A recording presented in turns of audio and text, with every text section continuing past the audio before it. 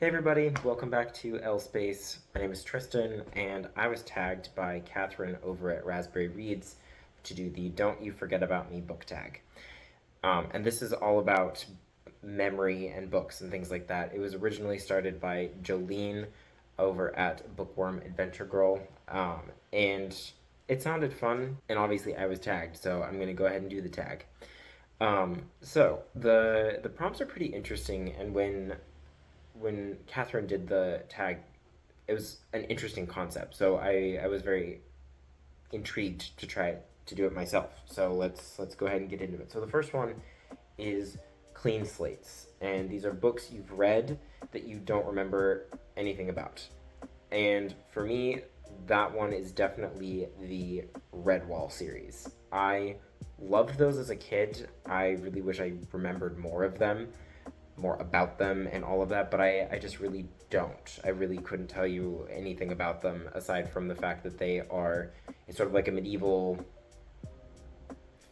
young adult fantasy type thing with animals as the main actors and main characters. They're so cool, they're so fun. I remember having a very cozy experience with them, and the stories were very engaging. So it's definitely one that I would love to go back to, but I don't remember really any of the story beats or anything like that. So I'll have to go back to that one at some point.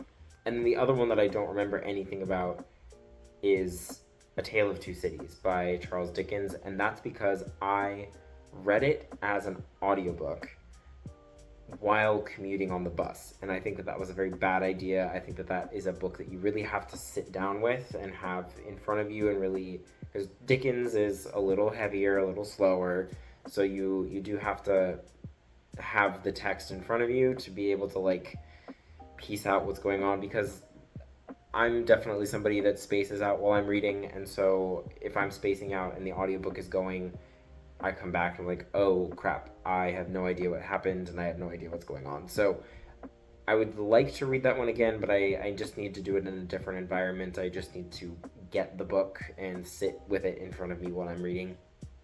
So that's another one that I don't remember really anything about. I listened to the entire audiobook and I did enjoy it. I just don't remember anything about it. So I guess next time I'll have more to say about it, I hope. The next prompt is Genie's Lamp, and these are books you wish you could forget. And oh boy, I'm going to probably be thrown out of BookTube for these opinions, but the first one is Call Me By Your Name. I wish I had never read that book. The only reason why I am happy that I read that book is so that I can tell people I have a least favorite book. Not only a least favorite book, but a book I actively hate. I despise that book. Everything about it. It's not for me. But weirdly enough, I like other works that Andre Aciman has done, but like, he's a straight man. He especially had no business writing a queer love story. That just was angry. Okay. And especially a queer love story of that caliber that was just so bad, and it's so unrealistic, and I just, okay, I'm not going to rant too much, but anyway, wish I had never, just a brain enema would be great, and I could forget that one. Another one that I wish that I hadn't read was Fates and Furies by Lauren Groff.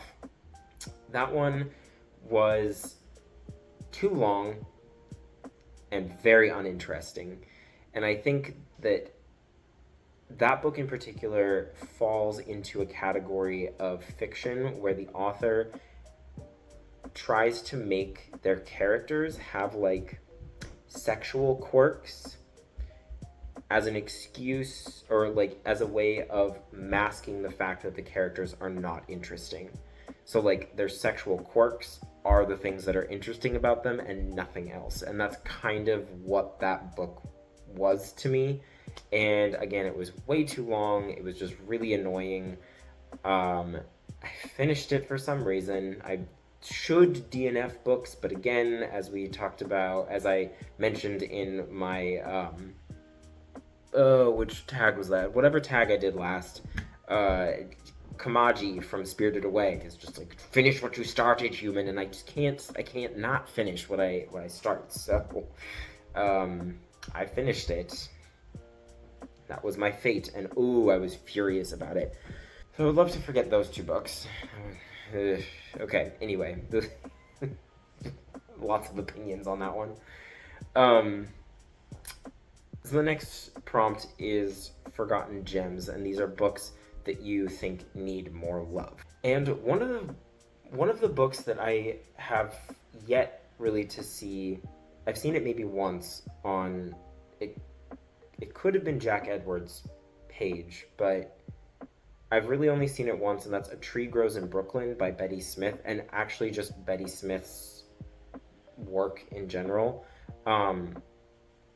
I love A Tree Grows in Brooklyn. It's one of my top 10 favorite books of all time. It's one of the first books I read when I was getting back into reading. It's one of the books that got me into reading again. It is such a beautiful coming-of-age story of a little girl named Francie growing up in kind of like Depression-era New York, and then growing up until she's an adult. And it's a beautiful story. It's told, the narration is very good.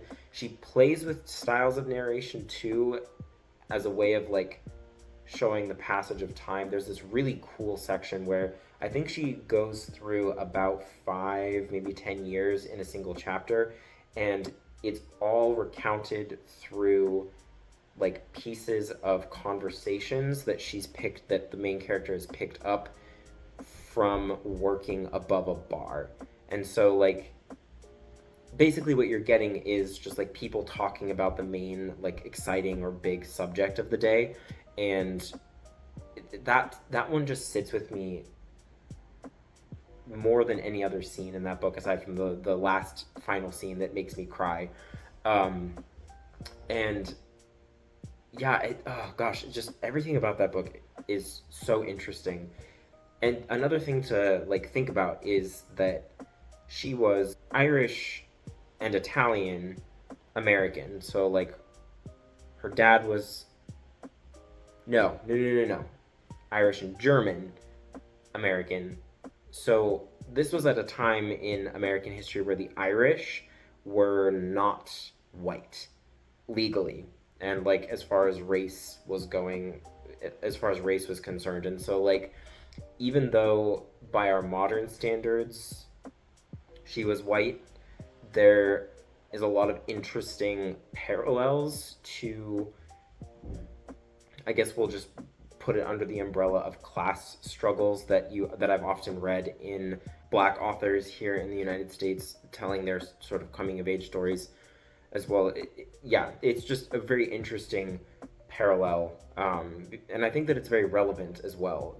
I don't think that anything in that book is something that you would say that's not how it is today, except for there is a section where she's talking about like Halloween costumes, and then there are like white kids dressing up as Native Americans and white kids dressing up as black people. That's the only thing that's like questionable about the book. Everything else about it feels like it could have been written today. So it's super interesting, great book. I wish that it got more love. Obviously I'm giving it some love, so here we are. I am due for a reread because I read it back in 2021. It has sat with me for so long, and I have such a fondness of that book. And so I will definitely be rereading it sometime, maybe even this year, we'll see. And other books that I think deserve more love, definitely Mordu by Alex Phoebe. That book I have seen nowhere, and it's such a good fantasy book, and it's the first book in the series of the Cities of Weft, I think it's called, and it's just such an interesting atmosphere. It has very His Dark Materials vibes. It's a very cool, just fantasy story that has a little bit of like Neil Gaiman-esque vibes in there, but just it's so cool, and I really liked it. The main thing is just like God is dead, and then the city that they live. Hi, Wally. God is dead, and the city that they live on is like built upon the god's corpse. And there's things going on about that. And yes, hello, Wally. Do you want to say hi? Yeah. You're a silly kitten. But yes, Mordu definitely needs more love. Because it's just so good. And it's like, it's written well, it's engaging. Yeah, just go read it. So the next prompt is Forget-Me-Nots. And these are books that you will remember forever. And the first one is definitely going to be Still Life by Sarah Winman. That book, the first time I read it, it was 2021, or it was like 2020 in going into, am I remembering this correctly? I think it was 2021 going into 2022. Anyway, doesn't matter. But it was, yes, okay, bye. But it was wintertime, it was dark, and the story is just so warm and bright and cheerful and tender, and it's just about, life, love, and art, told in just such a beautiful way that I can't help but always remember it. There's so many scenes in that book that are so vivid in my head. Like I can remember pretty much everything in the book that happens there, and like very vividly remembering the imagery that the narration conjures and everything. It's just, yeah, that will be in my brain forever. And another one is, I mean, in general, Terry Pratchett I will never forget any of those books, but The Fifth Elephant is the one that I always seem to come back to because of how impactful that story was. I read it for Halloween one time because I just like read it on the back that there were vampires and werewolves, and I was like, okay, that sounds good. But that book was so damn good. I was blown away. It's the 5th book in the Ankh-Morpork City Watch series, and that's Wally's bird toy. Thanks, Wally.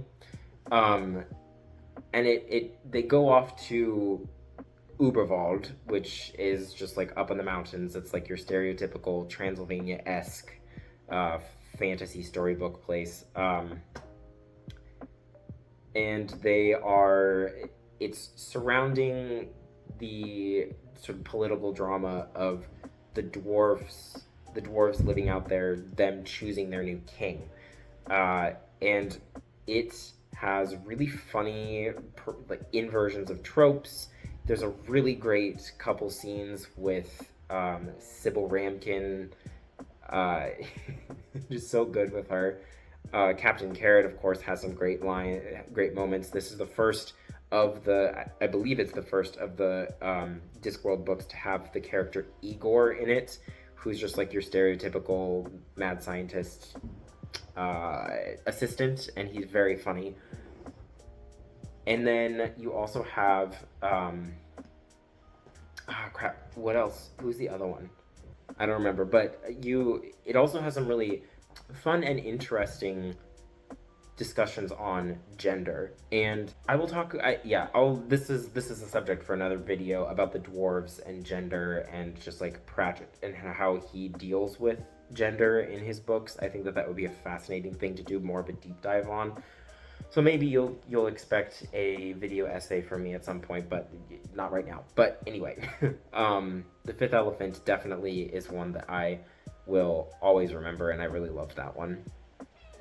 Yes, I know. And another one, because let's finish with extra ones on this one, is Just by Looking at Him by Ryan O'Connell. That book, I think I read it at a really good time as well. Not only just like, is it a good book, but I read it at the right time for me.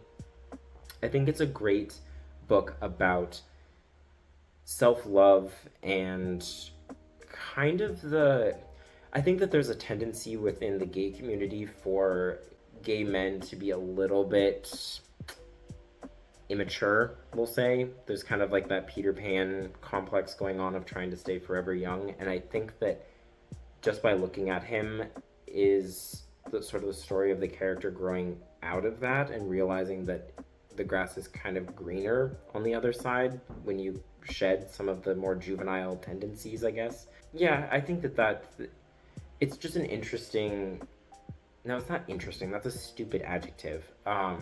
It's a fascinating story to follow because it also follows a man with cerebral palsy, like Ryan O'Connell. You'll probably recognize a lot of like similar story beats if you watched Special on Netflix, his comedy show. It's very similar. There's a lot of almost identical story beats in there that if you watch them, if you have already watched Special and then go to read just by looking at him, you might not have the same experience that I did because I did it the other way. I read the book first and then I watched Special. They have nothing to do with each other at all. Like they're completely separate stories. They just have some similarities in there. But the book is also laugh out loud funny. I think that it does a good job of balancing humor with gravity. It definitely takes its humor seriously as well, and it definitely takes its serious moments with a lighter side of things. But yeah, just interesting conversations on relationships, love, self-love, and maturity, and all of those things. So that's another book that I'll always remember, and I really love it. I'm due for a reread on that one too, maybe this summer. But yeah, so that is my video. Those are my responses to the tag prompts. Thank you again, Catherine, for tagging me in this one. I always enjoy watching your videos as well. So it's fun to hear your responses. I enjoy these tag videos because they make me think a little bit out of the box. So they're pretty fun. Hopefully people continue to tag me. We'll see. Otherwise, I'll just search out tags and tag myself.